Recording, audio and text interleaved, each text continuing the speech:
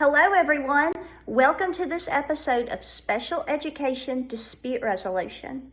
Please be sure to like this video, subscribe to the channel, and share with everyone you know so that we can all grow together.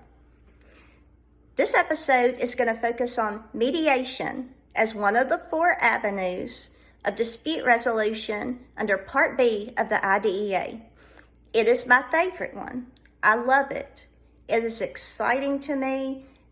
Every one of them is different. I feel like I learn something every time I do one. So it's my privilege to get to work with people in this avenue. Let's talk about it. Mediation is confidential. That means I'm not going to go out and talk about it with other people, the specifics of your case. It means you're not going to either. We're there to work together to resolve the issues. So nobody has to be out wondering, well, somebody's going to go out and talk about it. That's not what we do. Specifically, we meet together, we go over the issues, we try to resolve them. I have found that most often it is best to work in caucus, which means I work with one side at a time in private. What you say to me in caucus is private. I'm not going to go over and talk to the other side about what you say to me confidentially in the caucus. So that can help you to work through some of the issues that maybe you don't feel comfortable talking with the other side about it at that time. And unfortunately, when we get to mediation, there are sides because it's a broken team. In facilitated IEP, we sit around the table together or we sit at the virtual table together because we're still a functioning team. We just need help with communication and working through issues. Mediation is often more serious. We're farther along. You need more serious help. So it is often best to work in the caucus at that point and let you talk about those emotions, talk about the issues. Let you say things and you don't have to worry about, well, how is the other side going to perceive what I'm saying? Let me just get it out in front of this mediator. Let me say it, and then I can work through it.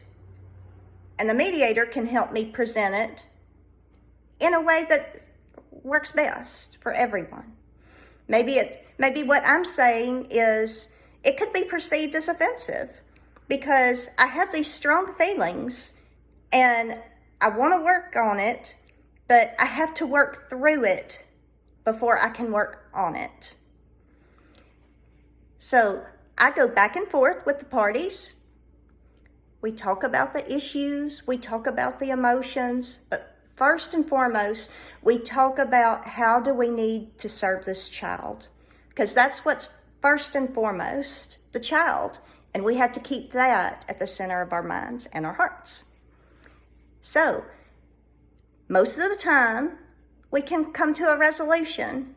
Sometimes we can't. Sometimes we might need to have another mediation session. Sometimes maybe we come to a standstill and we need to have a little bit of a cooling off period. Think about some things.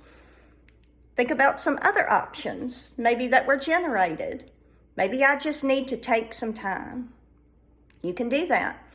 You always have the other options available to you of state complaint or due process, or even a facilitated IEP. Sometimes, after you work out everything at mediation, sometimes it's just hard to come back together as a team once these big issues have happened. And sometimes just having a neutral person at that first IEP meeting can help you be comfortable and become that functioning team again. So mediation and facilitation can work together, and mediation and facilitation can also work with due process and state complaints. Maybe once you've filed due process or state complaint, maybe you'd like to mediate instead of going all the way to a decision. Maybe you'd like to try to work it out. Most people do and are successful with that. So, what are your thoughts on mediation? Have you been to mediation? Do you know someone who's been to mediation? What more do you want to know about mediation? What more do you want to know about dispute resolution? Hit me up in the comments. Let me know what your thoughts are. Let me know what you want to know more about. Thank you and take care.